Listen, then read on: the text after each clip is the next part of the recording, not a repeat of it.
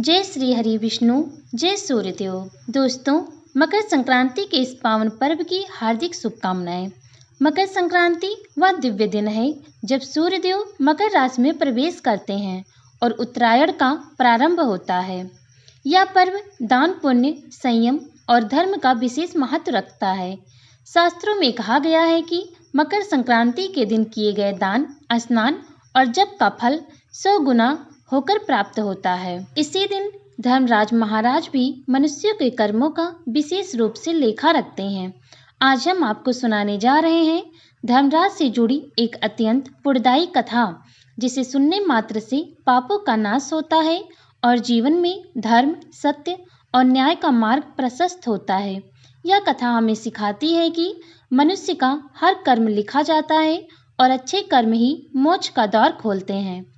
कथा प्रारंभ करने से पहले आप सभी से एक निवेदन है, अगर आपने अभी तक हमारे चैनल को सब्सक्राइब नहीं किया है तो सब्सक्राइब कर लें और कृपया वीडियो को लाइक करें और इस पावन कथा को अपने परिवार और मित्रों के साथ शेयर करें ताकि अधिक से अधिक लोग इस पुण्य कथा का लाभ ले सकें।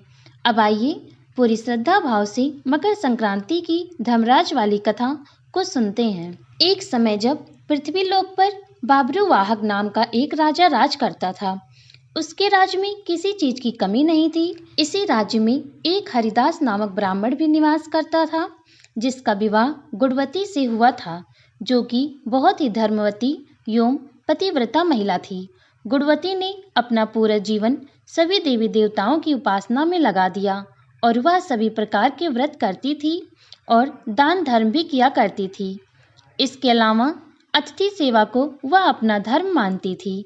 ऐसे ही ईश्वर की उपासना करते हुए वह वृद्ध हो गई। जब उसकी मृत्यु हुई तो धर्मराज के दूत उसे अपने साथ धर्मराजपुर ले गए।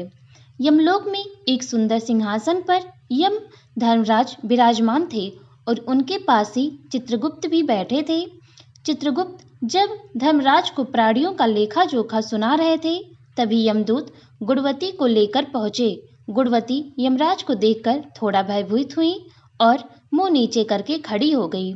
फिर चित्रगुप्त ने गुणवती का ब्यौरा निकाला और उसके बारे में धर्मराज को बताया।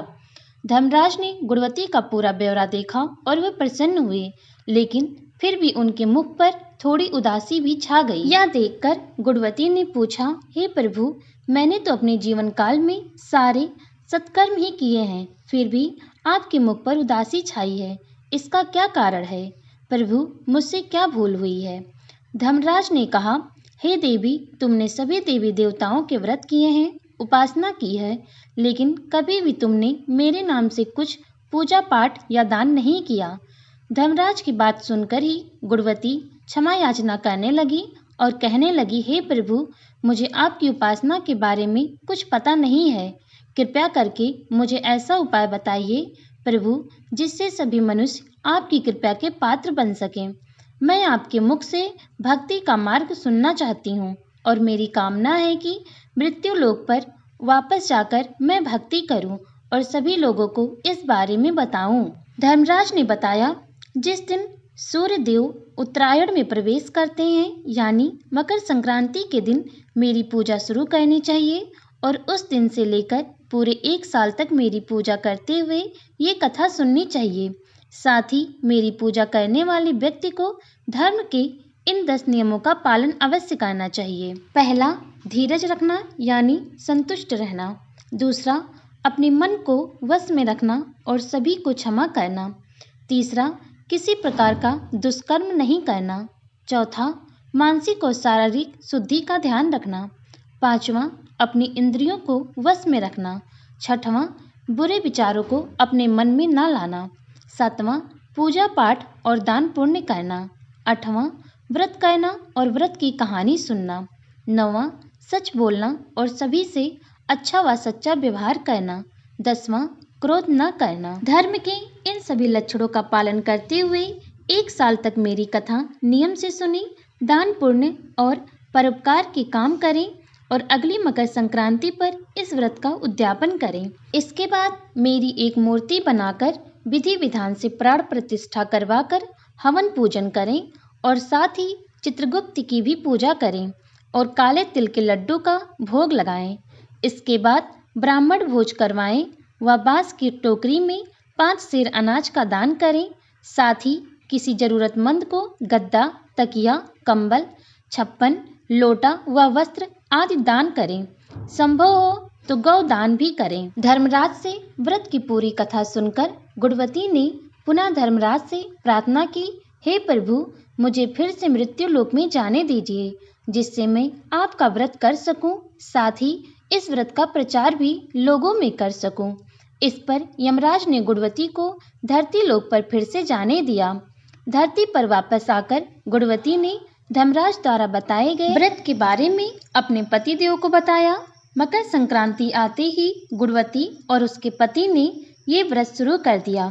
इसी व्रत के प्रभाव से उन पर धर्मराज की कृपा हुई और उन्हें मोक्ष की प्राप्ति हुई। इस प्रकार मकर संक्रांति की पावन अवसर पर धर्मराज की यह पुण्य कथा पूर्ण हुई। जो भी श्रद्धालु इस कथा को श्रद्धा और विश्वास के साथ सुनते हैं, उनके जीवन से दुख दर्द दूर होते हैं, घर में सुख शांति आती है और धर्मराज की विशेष कृपा प्राप्त होती है।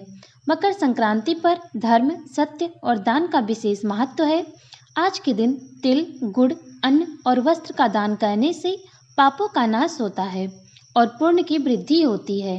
हे धर्मराज, हम सभी पर अपनी कृपा बनाए रखना, हमारे जीवन में सत्य, धर्म और न्याय का मार्ग दिखाना। यदि हमसे कथा के दौरान कोई भूल चूक हुई हो तो हे प्रभु उसे क्षमा करें और हम सभी को सद्बुद्धि प्रदान करें।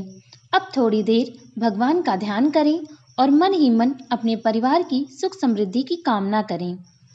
यदि आपको यह धर्मराज कथा पसंद आई हो तो वीडियो को लाइक करें, अपने मित्रों और परिजनों के साथ शेयर करें और ऐसी ही धार्मिक कथाएं देखने के लिए हमारे चैनल को सब्सक्राइब करना न भूलें।